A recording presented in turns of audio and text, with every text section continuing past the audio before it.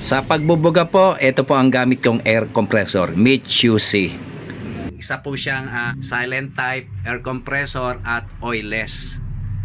Kasi dalawang klase po ang air compressor sa atin. Meron pong the belt, the cylinder, and the piston na merong langis at motor.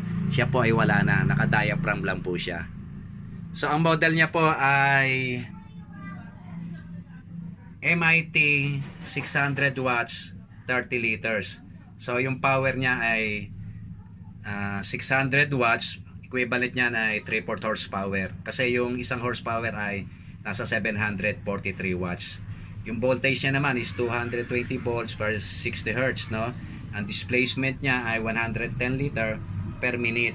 So yung pressure niya ay 0.8 megapascal, equivalent po niya mga 8 bars or 120 psi. Ang speed niya naman ay 1,750 EPM at ang tank volume niya ay 30 liters. Yung full laman nito ang 30 liters. Ito po yung pinaka air filter niya. Ito po yung on and off switch niya. Then ito po yung air pressure regulator gauge. Small ball valve. Then ito additional ko na lang po to. Ako na po nagkabit niyan. Binili ko na rin po sa online yan. Ito po. At itong ball valve din nakasama ng fittings. So dito po sa likuran ay meron po yang safety valve po yan. Nagre-release po yung hangin dyan pag over po yung karga. Then meron po rin siyang capacitor para po sa mga silent type na air compressor. Yan po yung capacitor. So kung papasinin nyo po sa ilalim, meron po yung drain valve. Pipihitin po yan kapag magde-drain po ng tubig sa tangke. So ere po cooling pan at kabilaan po ay meron yan. Ito po yung isa na pan. So ayan. Itong nasa parting ibabaw ng gauge, no? Ito yung pinaka-pihitan. So adjustment nito. Pag yan ay nakalubog na ganyan, yan ang pinaka-lock, hindi nyo mapipihit. So kailangan iangat muna natin. Then yung sa parting ibaba naman, ito yan. Yan naman ang kanyang pinaka-water separator. Ayan, sinasala niya yung or tinatrap niya yung tubig na nanggagaling sa tangke palabas ng hose o papunta sa spray gun. So ngayon, papaano ba ito i-adjust itong kamay na to? So ito ang pipihitin natin. Kung yan ay nakalock, hindi nyo mapipihit. So iangat po natin, no? Kapag ito ay pinihit natin ng clockwise, ibig sabihin ay paayon sa relo. Try natin kung ano mangyayari sa kamay. So, tumaas siya. So, ibig sabihin, pag counterclockwise naman, yung pakontra naman sa relo, ang ikot ng kamay, so, bumababa naman siya. Yan.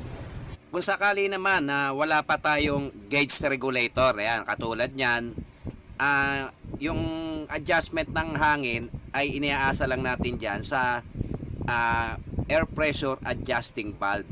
Pinipihit yan. Kapag ang pihit mo ay pa-counterclockwise, ibig sabihin lalakas ang hangin niya. Then pagka clockwise naman, ibig sabihin ay pwede mong i-off yung hangin. Walang lalabas sa nozzle ng spray gun. Ayan, ganyan ang mangyayari, no?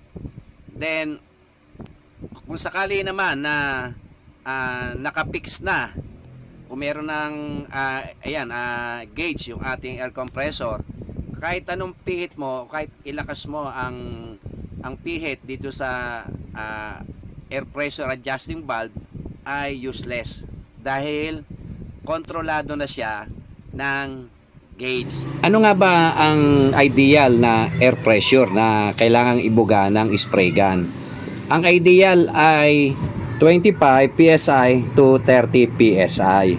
Itong gauge regulator na ito ay para malaman kung nagkakarga ng hangin yung ating air compressor at para malaman kung may laman na hangin yung ating tangke. At ito naman ay ang gauge regulator para malaman mo kung ano ang PSI na dapat ibuga ng ating spray gun.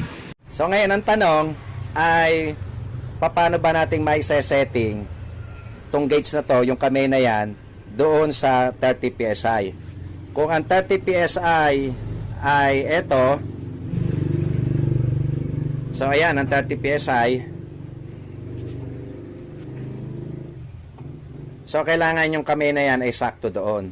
So, kaya halos sakto na. Kaya lang, hindi pa rin siya ng tamang setting. Kasi tingnan nyo, ha. Para makita nyo yung tamang setting niyan, ay yung ating hose, ayan, hose, no, ay nakakasana sa ating spray gun. So, habang pinipisil nyo tong trigger ng spray gun, bababa po yung pinakakamay niyan. Ayan po.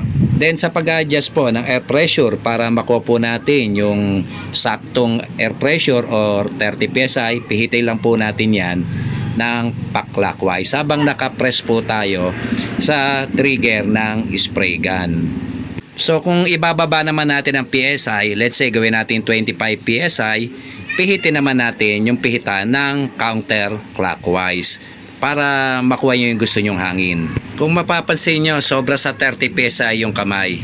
So pagka pinisil nyo yung trigger, ayan o, bumabaksak sa 30 PSI. So ibig sabihin nun ay tama yung ating setting. Kasi yung tamang setting, ayan, kailangan pipisilin natin yung trigger ng spray gun para malaman natin yung eksakto na air pressure na isinusupply ng hangin sa ating spray gun.